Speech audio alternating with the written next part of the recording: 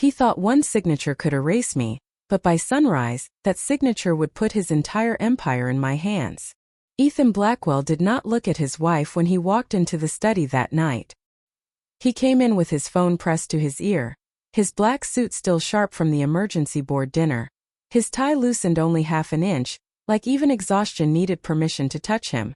Outside the windows, Manhattan glittered 30 floors below, cold and beautiful, the way Ethan liked everything. Claire Whitman Blackwell stood beside his mahogany desk with a folder against her chest, her wedding ring catching the pale gold light from the lamp. She had been waiting for almost an hour. Not crying, not pacing, just standing there, quiet enough to make the room feel guilty. Ethan ended the call with a clipped, "Handle it," then tossed the phone onto the desk. "I have 12 minutes before the board meets again." "What is this?" Claire placed the folder in front of him. The paper made a soft sound against the wood. Too soft for what it was about to do. "You need to sign these." Ethan glanced down, barely moving his eyes. "Divorce papers?" His voice carried no shock, no pain, only irritation, as if she had handed him a bill at an inconvenient time. Claire felt something inside her go still. 2 years of dinners where she sat beside him like a polite stranger. 2 years of cameras flashing while he kept one careful hand at her back. 2 years of being called lucky by women who measured love in carats and called temporary by Vanessa Reed whenever Ethan was just far enough away to pretend he had not heard. Claire folded her hands in front of her. The fingertips were rough from flowers, though no one in this apartment ever noticed things like that. "You should read them first." Ethan gave a short laugh. "Claire, I have lawyers for reading." "Not tonight."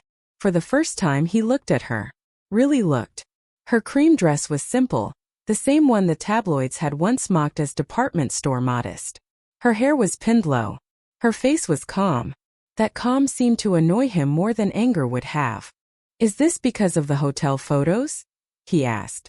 "Because I told you Vanessa staged whatever she thinks she has.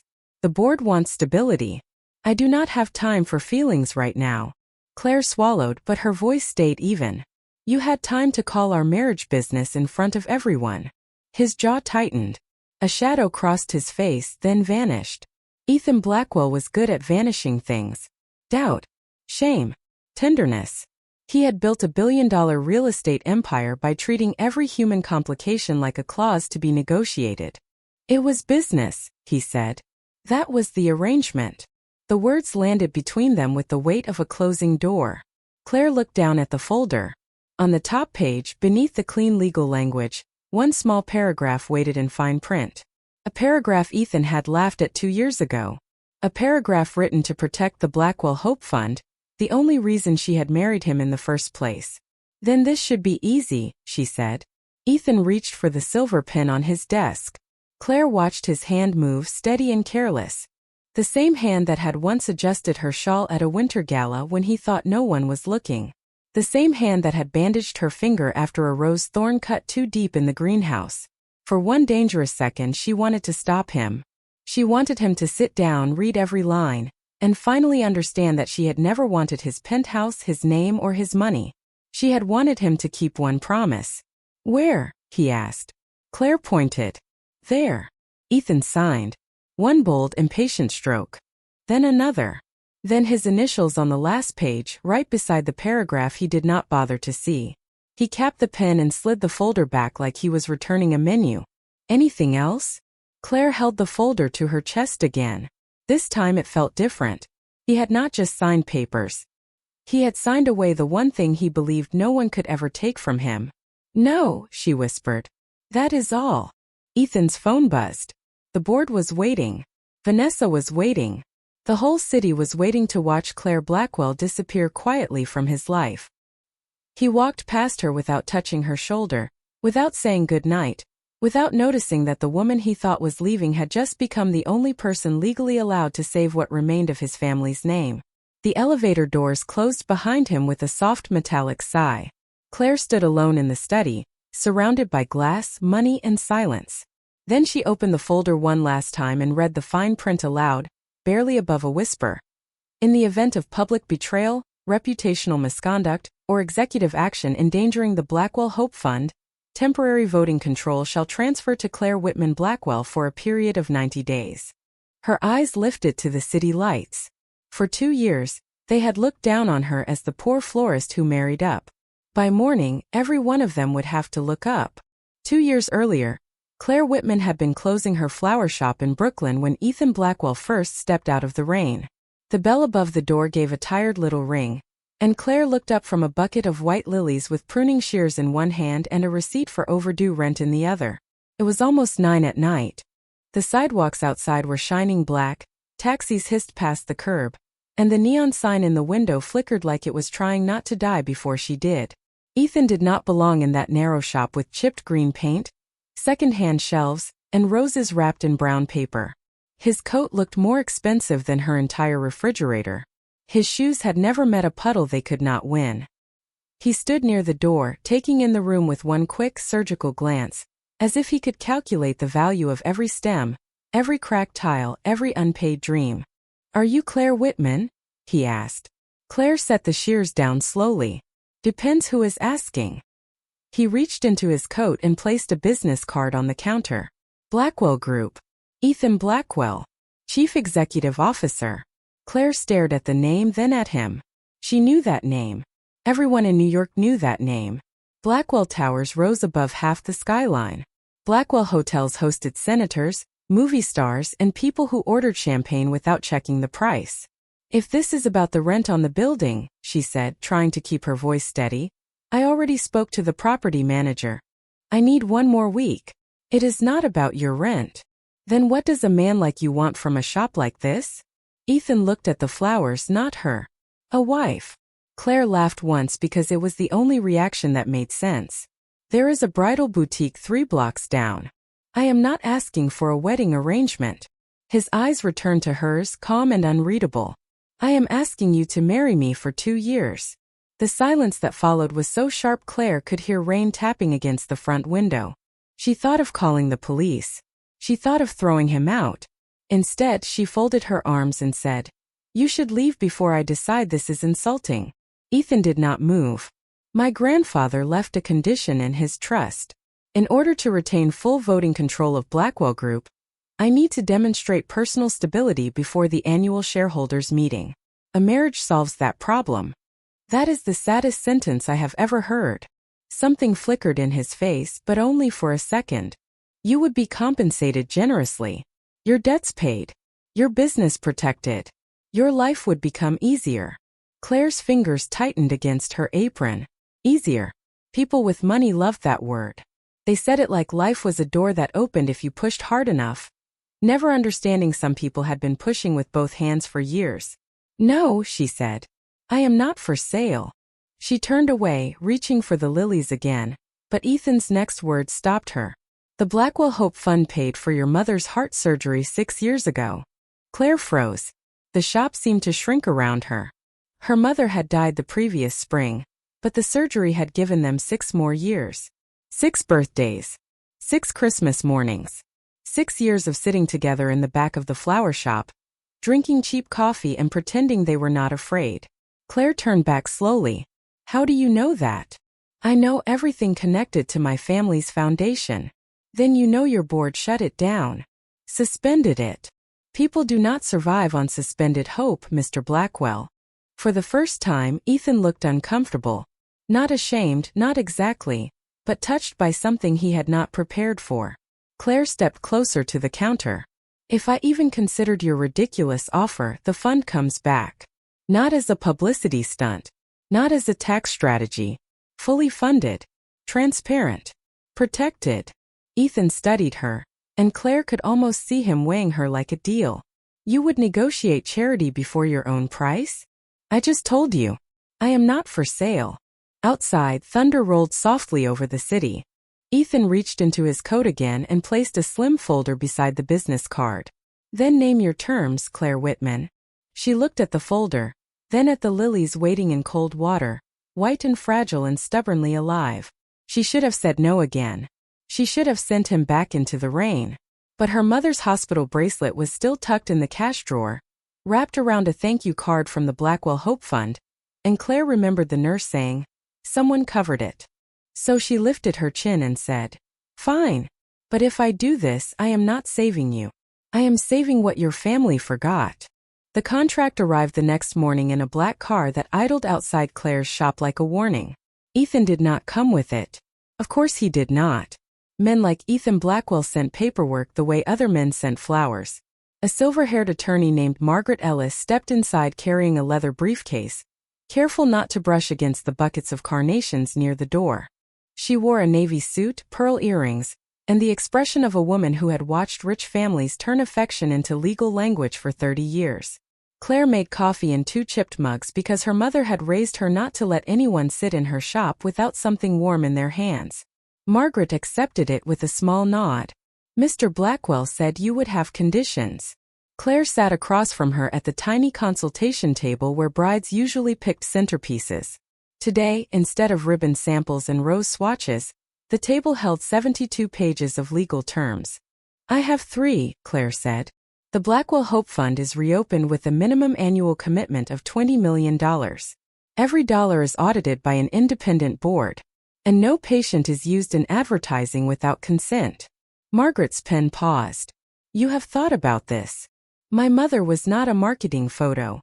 She was a person." The attorney looked at her for a long moment, then wrote it down. Claire continued, her voice steadier now. "Second, Ethan does not humiliate me in public. I know what this is. I know it is not love. But if I stand beside him as his wife, he will not let anyone treat me like a rented dress." Margaret's expression softened so slightly most people would have missed it. "And the third?" Claire looked toward the cash drawer behind the counter. Inside was her mother's old hospital bracelet, the thank you card, and a pressed white petal from the last bouquet they had arranged together. "If Ethan breaks that promise publicly, or if anything he does puts the fund at risk, I want temporary authority to protect it." Margaret leaned back. "Authority meaning what exactly?" "Voting control connected to the foundation assets. Not his personal money. Not his home. Not his company forever. Just enough power to stop anyone from burying the fund again." The attorney was silent. Rainwater slid down the front window in thin silver lines. Finally, Margaret said, "Mr. Blackwell will not like that." Claire gave a faint smile. "Then he can read it before he signs." That afternoon Ethan returned. He arrived 15 minutes late, carrying the restless energy of a man who believed time belonged to him. Claire had changed out of her apron, but there were still green stains on her fingers from trimming stems. He noticed. His eyes dropped to her hands, then lifted quickly, as if noticing was a mistake. Margaret laid the revised agreement on the counter. Ethan flipped through the first few pages, bored by page 3. $20 million a year, he said. That is excessive. Claire did not blink. So are your penthouse maintenance fees, I imagine. Margaret covered a cough. Ethan stared at Claire, and for the first time, something like amusement touched his mouth. You are unusually bold for someone standing in a shop that is 2 months behind on rent. And you are unusually confident for a man asking a stranger to save his inheritance. The amusement vanished, but not the interest. He turned to the final pages. His finger stopped near the paragraph about temporary control. What is this? Claire stepped beside him, close enough to smell rain and expensive wool. Protection. You think you could ever control my company? No. I think you could lose control of yourself. His jaw shifted. That is a dramatic assumption. It is a practical clause. Ethan looked to Margaret. Remove it. Margaret folded her hands. I drafted it within the limits of the trust.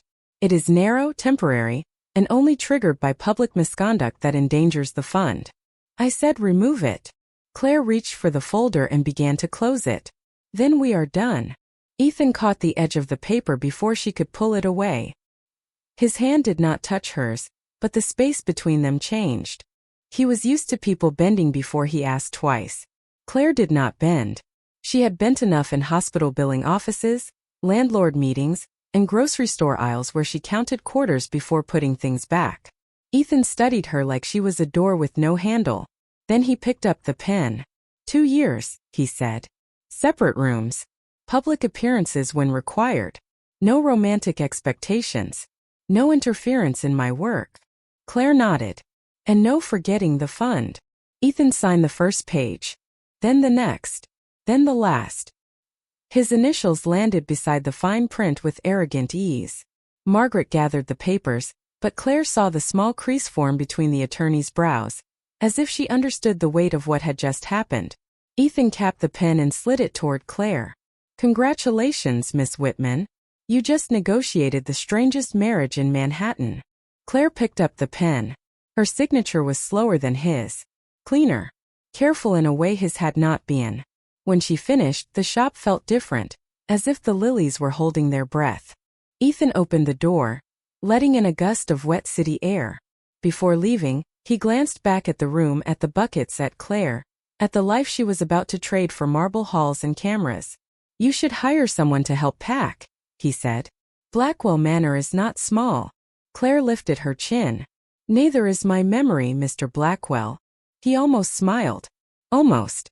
Then he disappeared into the rain, not knowing that the smallest words on the last page would one day become the loudest truth in his life. Blackwell Manor sat behind iron gates in Greenwich, Connecticut, less than an hour from Manhattan, but to Claire it felt like another country. The driveway curved for nearly a quarter-mile through old maple trees, their leaves turning copper in the late September air. The house waited at the end like a museum that had forgotten people were supposed to live inside it. All pale stone, tall windows, and perfect silence. Claire arrived with 3 suitcases, 2 boxes of flower books, and 1 small framed photograph of her mother wrapped in a sweater. Ethan's housekeeper, Mrs. Alvarez, met her at the door with kind eyes and a careful smile. Welcome home, Mrs. Blackwell. The name sounded borrowed. Claire stepped inside and felt her shoes sink into a rug that probably cost more than her entire shop. The foyer rose 2 stories above her. A crystal chandelier glowed overhead. Marble stretched in every direction, polished so bright she could see her reflection looking small and uncertain beneath all that wealth. Ethan was not there. He had sent a message through his assistant. Board calls all afternoon. Dinner at 7. Your room is upstairs. Your room. Not our room. Claire had expected that, but expectation did not make the hallway feel warmer. Her suite faced the gardens, enormous and beautiful, with cream walls, a fireplace, and a bed so wide it looked lonely on purpose. On the dresser, someone had placed a velvet box with a diamond wedding ring inside. No note. No tenderness. Just proof. Claire opened one suitcase and took out her mother's photograph first. She set it beside the lamp, then whispered, "Well, Mom, we are definitely not in Brooklyn anymore." That evening, dinner was served at a table long enough to make conversation feel like mail delivery. Ethan sat at one end, reading something on his tablet. Claire sat at the other, trying not to look impressed by the silverware arranged like surgical tools. There is a charity reception next Thursday, Ethan said without looking up. You will need a stylist. I own dresses. Not for that room. Claire placed her fork down softly. You mean not for your people? He finally looked at her. I mean, they can be cruel. And your solution is fabric? My solution is preparation. She wanted to hate that answer. Instead, she heard the warning underneath it. The first reception came 5 days later at a private club on the Upper East Side, where women smiled with their mouths and measured with their eyes. Claire wore a navy gown chosen by a stylist who kept saying words like timeless and acceptable.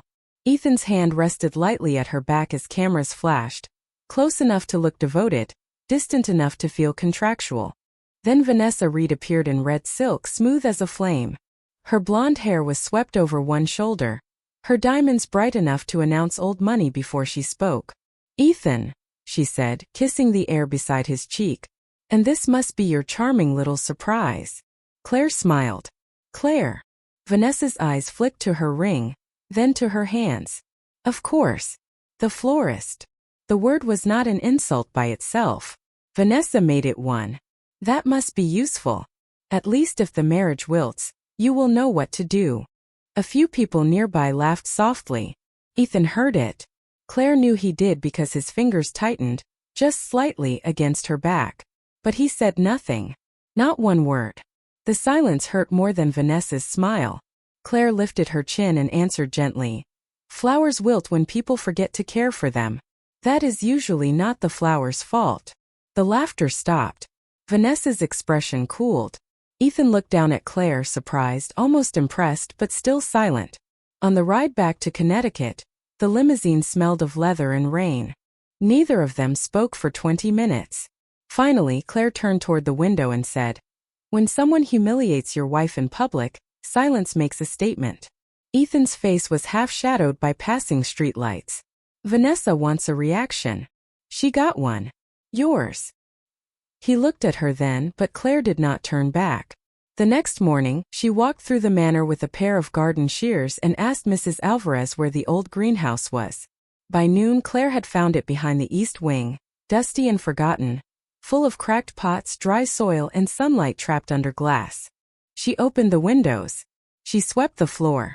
She brought in white roses, lavender, and buckets of green stems until the first warm scent of life returned to the cold estate. Ethan found her there near sunset, sleeves rolled up, dirt on her wrist, a streak of leaf green across her cheek. "What are you doing?" he asked. Claire did not stop trimming the roses. "Making one room in this house honest." He stepped inside, the glass door closing quietly behind him. For once, the great Ethan Blackwell had no immediate answer.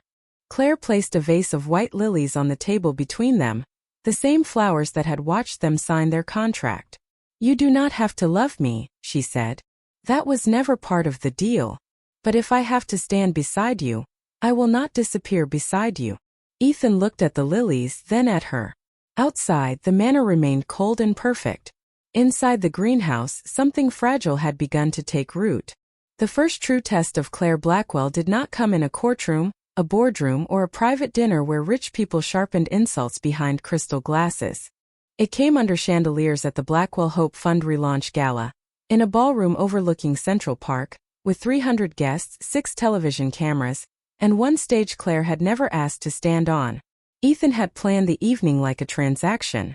A few speeches, a few photographs, a few wealthy donors reminded that compassion looked good beside their names. Claire had spent the morning arranging white roses for the entrance herself, ignoring the event planner who kept whispering that staff could handle it. "I was staff," Claire said softly, sliding one last stem into place. "That is why I know when something is done with care." By 7 o'clock, the ballroom glittered with black tuxedos, silk gowns, and waiters carrying trays of sparkling water and champagne. Ethan stood near the donor wall, composed and handsome, answering questions with the polished ease of a man who had never entered a room without owning part of it. Claire stood beside him, smiling until her cheeks ached. Every few minutes, someone praised Ethan for reviving his grandfather's foundation. Every time, Claire waited for him to say it had been her condition. He never did. Then the first problem appeared. Margaret Ellis crossed the room with a tablet in her hand and worry in her eyes. "The patient impact video is missing," she whispered. The file was replaced with last year's financial summary. Ethan's expression hardened. Who had access? Margaret glanced toward the side of the ballroom, where the chief financial officer, Graham Tate, stood laughing with Vanessa Reed. Claire followed her gaze. Vanessa caught her looking and lifted her glass in a small, perfect toast.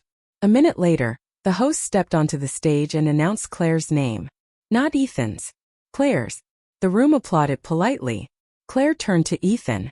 "I was not supposed to speak." Ethan looked toward the production booth, then back at the crowd. "Just thank them and step down." His voice was low, controlled. "We will fix it later." Later. Claire thought of hospital waiting rooms. Later was what people said when help came too slow. Her feet carried her onto the stage before fear could stop her. The lights were hotter than she expected. The microphone stood too tall, and for one breath, all she could see were faces waiting for her to prove she did not belong. Vanessa's smile widened from the front row. Claire touched her wedding ring, then looked past the diamonds and tuxedos to the white roses at the entrance. Her flowers. Her mother's flowers. "Good evening," she began, her voice quiet but clear. "Most of you came tonight to support a foundation. I came because of a hospital bill my mother could not pay." The room changed. A few guests stopped moving. Ethan looked up sharply. Claire continued. 6 years ago, my mother needed heart surgery. I was 22 running a flower shop, counting every dollar twice, and pretending I was not terrified. Then one afternoon, a nurse handed us a card. It said the cost had been covered by the Blackwell Hope Fund. Her throat tightened, but she did not let it break. That card gave my mother 6 more years. 6 birthdays. 6 Christmas mornings.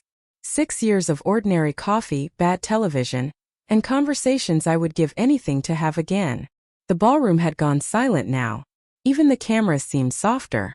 Claire looked down at Ethan. His face was unreadable, but his eyes were not cold anymore. So tonight is not about reputation.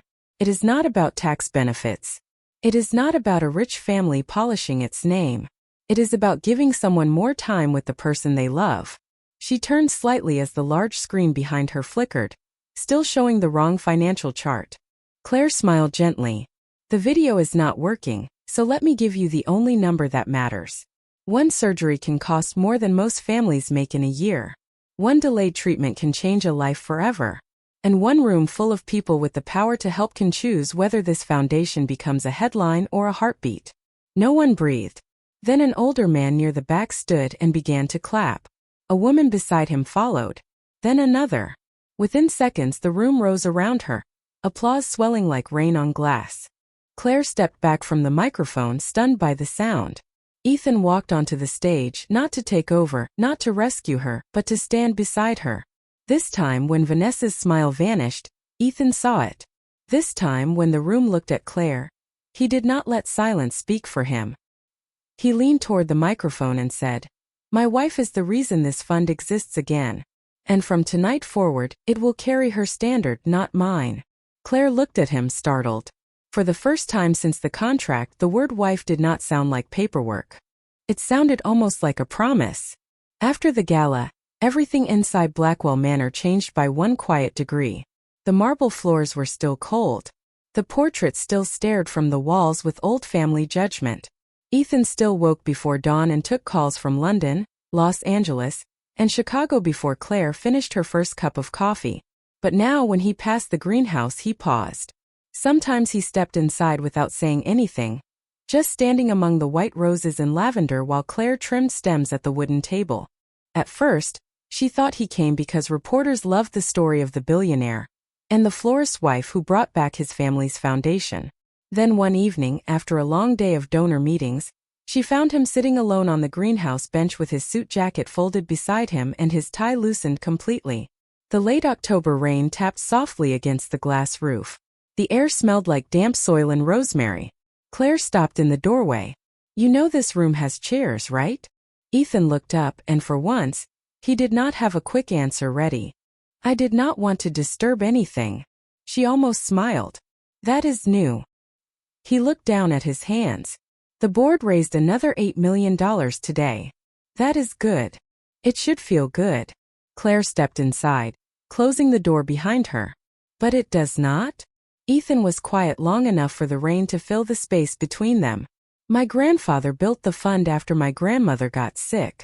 He said money was useless unless it could buy someone time. My father hated that sentence. He thought charity made the family look sentimental." Claire sat across from him. "And what did you think?" Ethan let out a small breath, not quite a laugh. "I was 10. I thought if I stayed quiet enough, everyone might stop arguing." The words were simple, but Claire heard the child inside them. She imagined a boy in a mansion too large for comfort, learning that silence was safer than need. Ethan looked toward the rows of roses, their pale petals catching the soft yellow light. "After my parents separated, this house became a hotel for people who shared a last name. My mother moved to Palm Beach. My father moved into work. I moved between tutors, drivers, and rooms nobody entered unless they were paid to clean them." Claire's expression softened before she could stop it. "Did anyone ever take care of you without wanting something?" The question landed gently, but Ethan flinched like it had found the one bruise his tailored suits could not cover. He looked at her then, and the room felt smaller, warmer, dangerously honest. "My grandfather," he said. "Until he died." Claire nodded slowly. "That is why the fund mattered to him. And why I forgot it." "You did not forget," she said. "You buried it because the wrong people taught you that caring made you weak." Ethan stared at her as if no one had ever offered him an explanation that did not sound like an accusation. Then his eyes dropped to her hand. A thin red line crossed one finger where a rose thorn had caught her skin. "You are bleeding." Claire glanced down. "It is nothing." Ethan stood, crossed to the sink, and took a clean towel from the shelf. His movements were careful, almost uncertain. He held out his hand, not commanding this time, asking. Claire hesitated, then gave him her hand. The towel touched her finger softly. It was such a small thing, almost ridiculous in a house full of priceless objects, yet Claire felt her breath catch. Ethan Blackwell, who could buy hospitals, did not seem to know how to hold one injured finger without fear of doing it wrong. "I used to think flowers were impractical," he said quietly. "They die." Claire watched his face, closer now than the contract had ever allowed. "Everything living needs care. That does not make it impractical." His thumb stilled near her knuckle. For a moment, neither of them moved. No cameras, no board members, no Vanessa.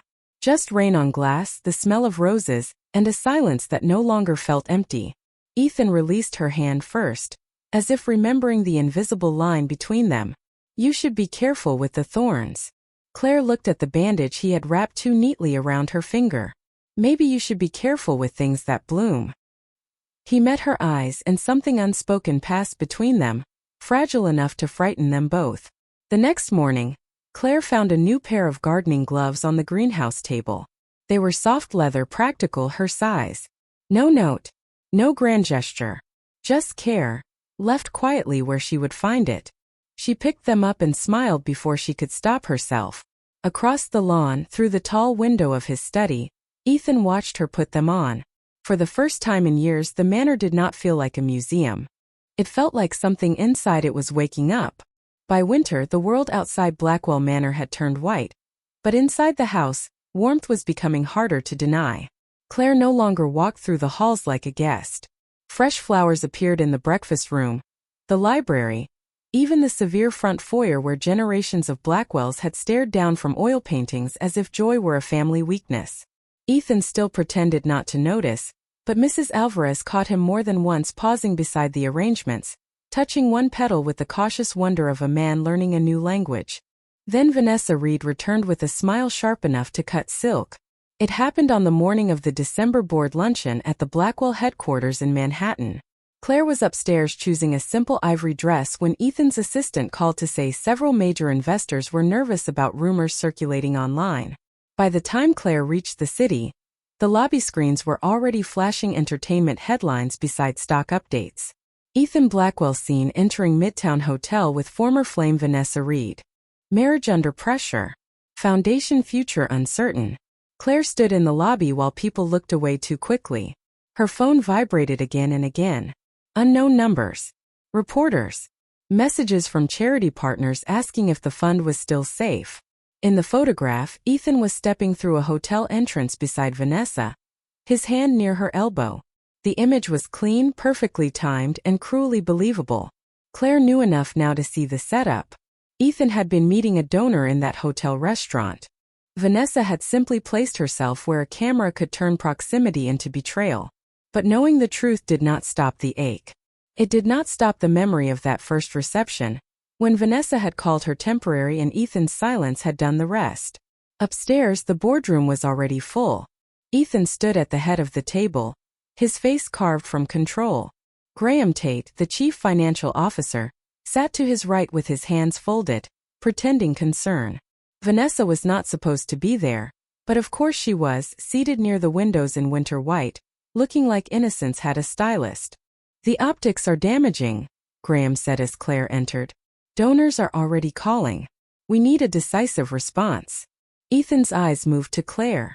For half a second, she saw the man from the greenhouse, the one who had bandaged her finger and left gloves on the table. Then the room swallowed him. "What response?" Claire asked. Graham cleared his throat. "A separation statement. Temporary. Strategic. It protects the company and the fund." Vanessa lowered her gaze, but not before Claire saw the satisfaction in it. Ethan said nothing. Claire waited. One heartbeat. Two. She needed him to say what he had said on the gala stage. "My wife is the reason this fund exists." She needed him to stand beside her when the room made it expensive. Instead, Ethan looked at the investors, the lawyers, the numbers glowing on the screen, and the scared boy inside him chose the old habit. "This marriage was always business," he said. The sentence did not come loudly. It did not need to. It moved across the table and found Claire with perfect aim. She felt everyone watch her absorb it. Vanessa's mouth softened into something almost like pity. Graham leaned back as if the matter were settled. Claire could have argued. She could have revealed every private kindness Ethan had offered when no one was watching. She could have begged him with her eyes to remember the greenhouse, the rain, the roses, the fund, the small careful ways he had begun to become human again. But dignity once spent in the wrong room is hard to recover. So she only nodded. "Then treat it like business," she said. Ethan's expression shifted. Not enough for anyone else to see, but Claire saw it. Crack. A warning arriving too late. The luncheon ended with no official statement, only promises to reconvene. Reporters waited outside the building behind metal barriers, calling Claire's name as she walked to the car. Ethan tried to follow, but Graham caught his arm with a folder and another crisis. Vanessa stepped into his path too, murmuring something Claire could not hear. For once, Claire did not wait to be chosen. That night, back at the manor, she stood in Ethan's study with the papers Margaret Ellis had prepared. Not divorce. Not surrender. Protection. The same clause he had mocked, now sharpened by his own public words. When Ethan came in, tired and impatient, Claire saw panic hiding behind his anger. He saw the folder and misunderstood everything. "If you want out, I will not fight you," he said. Claire placed the papers on the desk. Her voice was calm because if it shook, she might break. "Sign here." He looked at her, wounded pride rising faster than remorse. "That is all this was to you?" Claire almost laughed, but it would have sounded too much like crying. "You answered that question in front of the board." Ethan picked up the pen. "Fine." She watched his hand move toward the page. Every part of her wanted him to stop, to read, to ask one honest question before the ink touched paper. He did not. He signed with the same arrogance he had brought into her flower shop 2 years earlier. When he finished, Claire took the folder gently. "Good night, Ethan." He looked up then, as if the softness in her voice frightened him more than anger would have. But the damage had already been written. By morning, the room that had dismissed her would learn what happens when the woman they underestimated finally uses the power they never believed she had. Morning came to Blackwell headquarters with gray light, cold coffee, and a room full of people who believed Claire Blackwell would arrive broken. Instead, at 9 o'clock sharp, the elevator doors opened and Claire stepped out in a charcoal dress, her hair pinned low, her mother's small pearl earrings at her ears, and the leather folder held against her side. Margaret Ellis walked beside her. 2 independent auditors followed. No one spoke as they entered the boardroom. Ethan was already there, standing near the windows with dark circles under his eyes and yesterday's pride still clinging to him like a wrinkled suit. Graham Tate sat at the long table looking annoyed. Vanessa stood near the coffee service, pretending she had been invited by concern rather than ambition. When Claire walked to the head chair, Graham gave a short laugh. "Mrs. Blackwell, that seat is for the chief executive officer." Claire pulled the chair out and sat down. "Not this morning." The silence snapped tight. Ethan took 1 step forward. "Claire." She did not look at him. If she looked at him too soon, she might remember the greenhouse before she remembered the boardroom. Margaret opened the folder and placed copies of the signed documents in front of every director. As of 8:15 this morning, under Section 14 of the Marital and Foundation Protection Agreement, temporary voting control attached to the Blackwell Family Trust has transferred to Claire Whitman Blackwell for a period of 90 days. Graham's face changed first. Not much. Just enough. Vanessa set her cup down too quickly, porcelain clicking against the saucer. Ethan stared at the documents as if the words had rearranged themselves overnight. "That clause was never meant to be used," he said quietly. Claire finally looked at him. "Neither was your silence." No one moved. Margaret continued, calm as winter.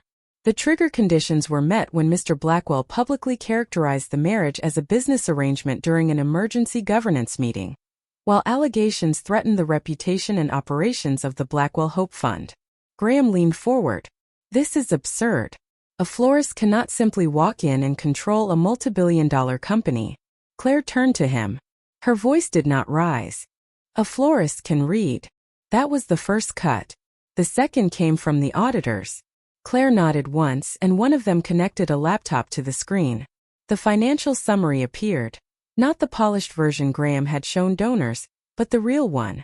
Transfers. Shell vendors. Consulting fees paid to companies that existed only on paper. Donations delayed. Patient grants marked pending while money moved elsewhere. The room grew colder with every line. Claire looked at Graham. For 18 months, funds meant for medical assistance were redirected through vendors tied to your private accounts. The missing gala video was not a technical error. It was replaced because the patient stories made it harder to justify shutting the program down again. Graham stood too fast. You have no idea what you are talking about. I know the name of every family that waited while you called their help inefficient. Her hands tightened around the edge of the table, but her voice stayed steady. I know because I was one of them once. Ethan looked at the screen, then at Graham, and something inside his face collapsed. Not weakness. Recognition. He had trusted the wrong people because they wore the right suits. Vanessa stepped forward, her smile thinner now. This is getting dramatic, Claire. The issue was Ethan's reputation, not some accounting disagreement. Claire turned to Margaret. Another file appeared on the screen. Security records. Timestamps. Hotel lobby footage from 3 angles. Vanessa arriving 15 minutes before Ethan's donor meeting. Vanessa waiting near the entrance until photographers took position. Vanessa touching Ethan's arm just as cameras flashed, then stepping away the moment the shutter burst ended. Margaret's voice was precise. The image circulated to the press was selectively framed. Additional communications show coordination between Miss Reed's publicist and an associate of Mr. Tate. Vanessa went still. The color left her face in tiny degrees. Ethan did not look at her. He could not. Claire did. You wanted me gone because you thought I was decoration, she said. You forgot decorations listen when powerful people speak too freely around them. One director cleared his throat. What are you proposing, Mrs. Blackwell? Claire opened the final page. Graham Tate is removed immediately pending legal review. All foundation accounts are frozen except patient grants, which will be released by an independent medical board. The Blackwell Hope Fund receives permanent protections separate from corporate politics. And Vanessa Reed is barred from all company and foundation events. Vanessa's mouth opened, but no defense came. For once, the room she had controlled with whispers offered her nothing back. The votes passed one by one. Clean. Public. Final. Ethan stood silent through all of it, but this time his silence was not abandonment. It was shame. When the meeting ended, directors filed out without meeting Claire's eyes. Graham left with the auditors. Vanessa walked past Ethan, waiting for him to stop her. He did not. Soon only Claire and Ethan remained, separated by the length of the table and everything he had failed to read. I thought you wanted to punish me, he said. Claire closed the folder. I wanted to save the fund. And the company. Only because your grandfather tied them together. He looked at her then, truly looked, and there was no armor left in it. And me. Claire's fingers brushed the bandage still faintly visible from the thorn cut weeks ago. You signed me away before you knew I was trying to protect you. Ethan lowered his eyes. For the first time, the man who always had a clause, a strategy, an answer, had nothing but the truth sitting heavy in his chest. Claire stood, gathering the papers that had turned a dismissed wife into the most powerful person in the room. At the door she paused. For 90 days I will fix what I promised my mother I would protect. After that, Ethan, you can have your empire back. She stepped into the hallway, where winter sunlight cut across the floor in clean white lines. Behind her, Ethan remained in the boardroom, surrounded by glass, signatures, and the terrible understanding that Claire had not stolen his power. She had revealed what kind of man he became when he was afraid to use it well. For 90 days, Claire did exactly what she said she would do. She did not move into Ethan's office. She did not sit in his chair unless the foundation required it. She did not give interviews about betrayal, revenge, or the fallen billionaire who had underestimated his wife. She worked. Patient grants were released within 48 hours. The Blackwell Hope Fund reopened emergency assistance lines in New York, Connecticut, and New Jersey. Independent doctors reviewed applications instead of executives chasing quarterly optics. Families who had waited months for answers began receiving phone calls that ended in tears. The kind of tears Claire understood because she had once cried them in a hospital hallway with her mother's hand in hers. Ethan watched from a distance at first. Then he stopped watching and started showing up. Not to take credit. Not to interrupt. He sat quietly in meetings, listened when nurses explained delays, signed every permanent protection Claire placed in front of him, and this time he read every page. Slowly, carefully, sometimes twice. The first time Claire noticed, they were in a conference room overlooking Bryant Park. He had been silent for nearly 20 minutes, studying a revised foundation charter line by line. Claire looked over and said, "You are actually reading it." Ethan did not smile. "I learned that skipping the small words can cost you the only thing that matters." She looked away first. Forgiveness was not a door that opened because someone finally knocked. It was more like a garden after winter. You had to wait and see what survived. By spring, Graham Tate was under formal investigation. Vanessa Reed had disappeared from the society pages she once ruled, and the Blackwell Hope Fund had become stronger than it had been in 20 years. On the last day of Claire's temporary authority, she returned full voting control exactly as promised. No drama. No hidden condition. Just a signed transfer, placed on Ethan's desk beside a vase of white lilies. "It is yours again," she said. Ethan looked at the papers, then at her. "No. The company is mine to run. The fund belongs to the people it serves." "You made sure of that." Claire nodded, holding herself together with both hands around her purse strap. "Then my work here is done." That evening, she left Blackwell Manor with the same 3 suitcases she had brought 2 years earlier. Mrs. Alvarez cried quietly at the door. Ethan did not ask her to stay. Not then. He had learned too late that love spoken at the wrong moment could sound like pressure. So he let her go, and for the first time letting go was not control. It was respect. 2 weeks later, Claire reopened her old flower shop in Brooklyn. The sign above the door was freshly painted, but the bell still gave the same tired little ring. She was placing lavender in a bucket near the window when Ethan stepped inside. No driver. No assistant. No expensive coat meant to announce him before he spoke. Just Ethan carrying a plain manila folder and a nervousness he did not try to hide. Claire's fingers stilled around the stems. "I am not signing anything today." "Good," he said softly, "because this one is for me." He placed the folder on the counter, then opened it himself. Page by page. "A permanent endowment for your shop," he said. "Not as charity. As a training center. Floral design, bookkeeping, small business support. For women starting over. Widows. Caregivers. Anyone who needs a place to rebuild without being treated like they are broken." Claire stared at the pages, but the words blurred. Ethan turned to the final sheet. At the bottom was one handwritten sentence. "I signed the first agreement because I thought I owned everything.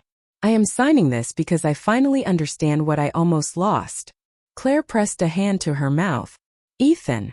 He came around the counter slowly, stopping several feet away, close enough to be honest, far enough to give her choice. "I am sorry for every time I made you stand beside me while I acted like standing there cost me nothing.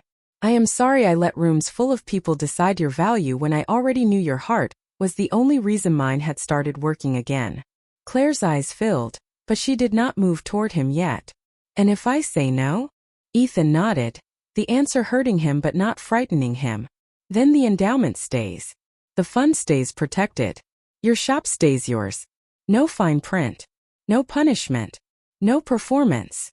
The bell above the door swayed gently in the quiet. Outside, Brooklyn traffic moved on, ordinary and alive. Claire looked at the man who had once believed contracts were safer than love, and for the first time, he was offering her something no lawyer could enforce. A choice. Ethan reached into his pocket and took out a small ring, not the diamond from Blackwell Manor, but a simple band with a tiny engraved lily inside. He lowered to one knee on the worn wooden floor of her flower shop, surrounded by buckets of roses, lavender, and second chances. "Claire Whitman," he said, voice unsteady in the most human way. "Will you marry me again? Not for the board. Not for my name. Not for a trust. Just because I love you, And I will spend the rest of my life reading every line of The Woman I Almost Failed to See. Claire laughed through her tears, and it sounded like something blooming after a long winter. She stepped closer, placed her hand in his and whispered, "This time we write it together." A year later, the greenhouse at Blackwell Manor was open to the public every spring for the Hope Fund families. In the center, beneath the white lilies, a small plaque carried no mention of stock prices, scandals, or power. It simply read, "Love is not proven by what you sign. It is proven by what you protect."